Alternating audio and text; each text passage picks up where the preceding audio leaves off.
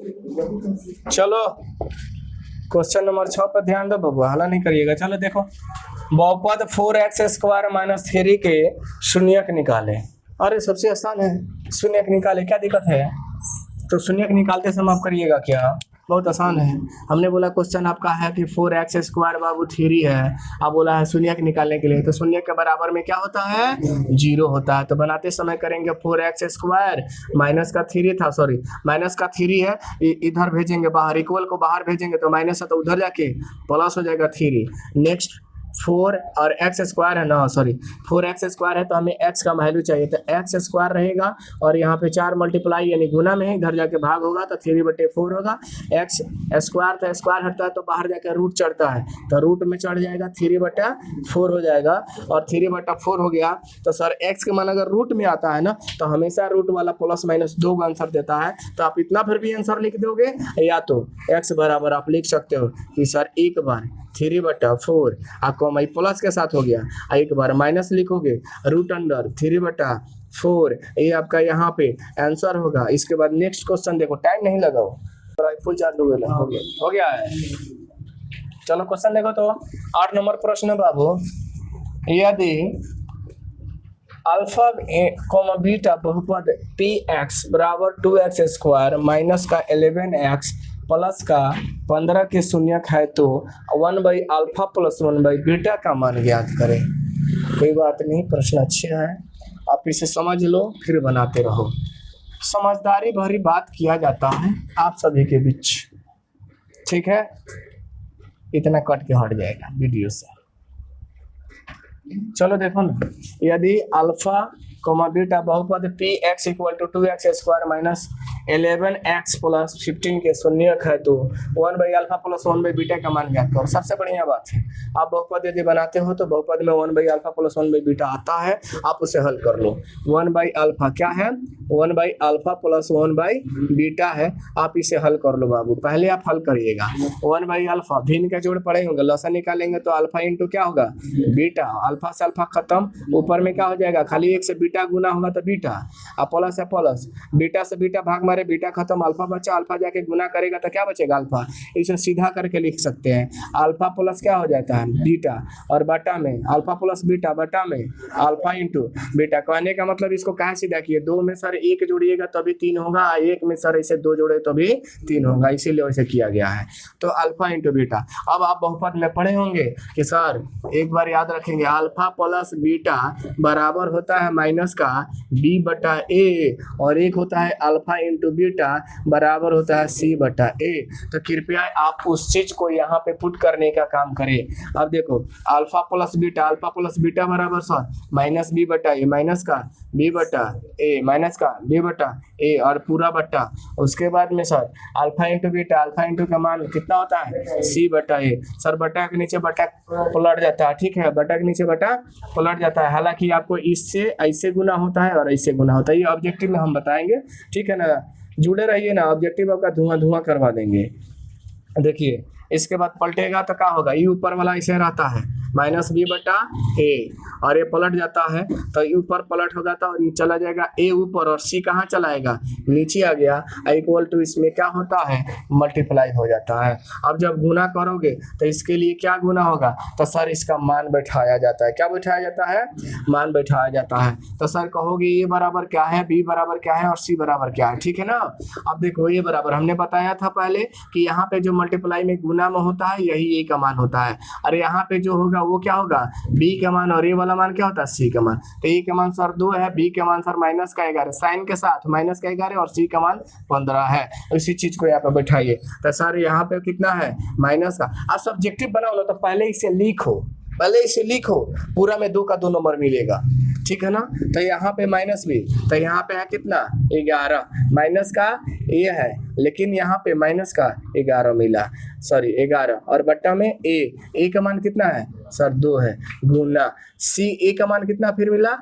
कितना मिला? 2, और c का मान कितना है सर? 15। इसके बाद करो तो सर ये माइनस हटेगा तो माइनस को हटता तो माइनस माइनस क्या हो गया? वो प्लस 11, और नीचे कितना हुआ? 2, गुना 2/, 15। बाबू जब हल करोगे तब मल्टीप्लाई आना चाहिए, 2 से 2 कट जाता है एक एक बार में, तो 11 एकम कितना होता है 11, और नीचे कितना 15 एकम 15, क्या बट्टा में इतना आ गया, तो आप लिखेंगे आंसर और लिख करके छोड़ दीजिएगा, आपका पूरा 2 नंबर में 2 नंबर मिलेगा। ठीक है, नेक्स्ट सवाल है 9 नंबर। 9 नंबर है तो अब बनाइएगा। देखो कुछ भी आ जाए प्रश्न के लेकर के, अगर आपको थ्योरी पता है तो आप थ्योरी से ही हर क्वेश्चन को हल कर सकते हैं, अगर थ्योरी पता नहीं है तो हल नहीं कर सकते हैं। ठीक है, आप बनाते समय पहले देखिए क्वेश्चन को, द्विघात बहुपद क्या है, द्विघात बहुपद 4y² माइनस 4y प्लस 1 के शून्य ज्ञात करें तथा शून्य को और गुणांकों के बीच संबंधों की जांच करें, और नहीं तो सत्यापित करें, ये प्रश्न आता है। फिर से देखो, द्विघात बहुपद 4y² माइनस का 4y प्लस 1 के शून्य ज्ञात करिए तथा शून्य को और गुणांकों के बीच के संबंध की जांच करें, या तो सत्यता की जांच करें या तो स्थापित करें, ये दोनों प्रश्न पूछे जाते हैं।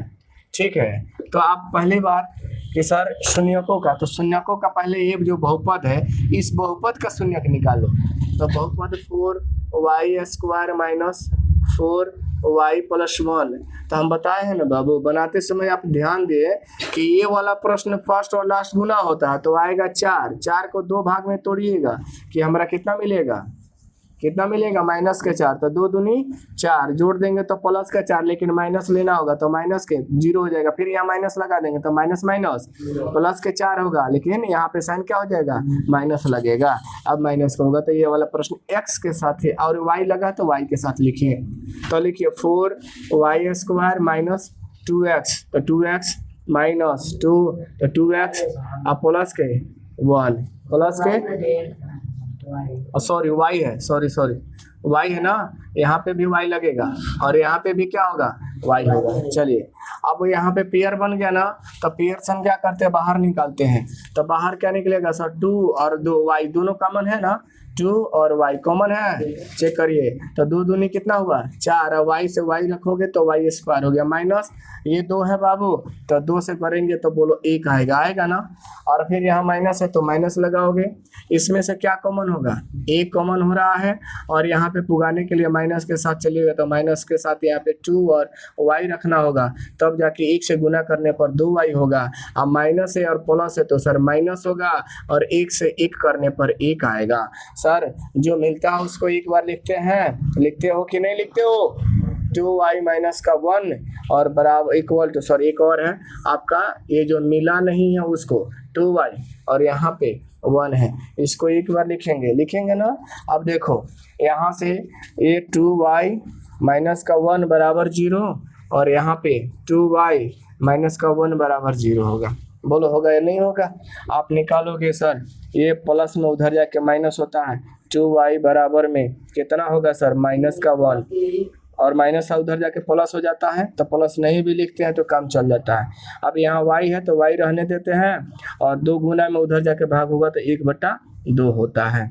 अब इसको निकालो बाबू, तो 2y सर पक्ष के उस साइड जाएगा बाहर, तो प्लस का कितना हो जाएगा जी 1, और y 2 गुना है तो 2 उधर जाके भाग करेगा, तो y बराबर क्या हो गया 1/2।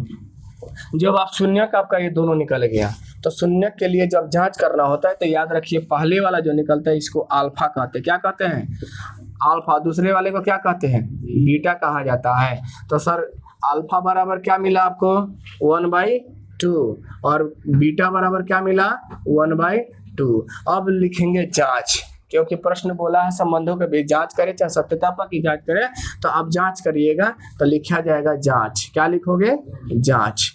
अब जांच करते समय क्या करना होगा, अब जांच बोला किसका है पहले ये चीज समझोगे, बोला है जांच करने के लिए शून्यकों का योग, क्या बोला है शून्यकों का योग, यानी शून्यकों का और गुणांकों के बीच, यानी शून्यकों का योग होगा और क्या होगा गुणनफल हो सकता है, ठीक है ना, शून्यकों का योग और गुणनफल, यहाँ पे योग छोड़ेंगे शून्य को, अच्छा कोई बात नहीं, योग और गुणनफल। तो पहली बात की यहाँ पे हम लिखेंगे शून्यकों का योग के बराबर क्या लिखा जाता है शून्यकों का योग, शून्यकों का योग निकालोगे तो शून्यकों का योग निकालने से पहले हम क्या करते हैं, इसका फॉर्मूला याद रखेगा कि सर होता है अल्फा प्लस बीटा बराबर क्या होता है, बराबर क्या होता है बबुआ, माइनस का बी और बटा में ए होगा। बाबू देखो अब इसी का मान हमको बैठाना है, इसका मान कहाँ से आता है, तो हम बहुत पहले भी आपको हम बताए हैं कि अल्फा प्लस बीटा का मान, यानी पहले वाला अल्फा होता है, ये वाला क्या होता है जी, अल्फा का मान ए ना होता है और बीटा का मान ए होता है, तो अल्फा का मान 1/2 और प्लस में बीटा का मान 1/2 बराबर।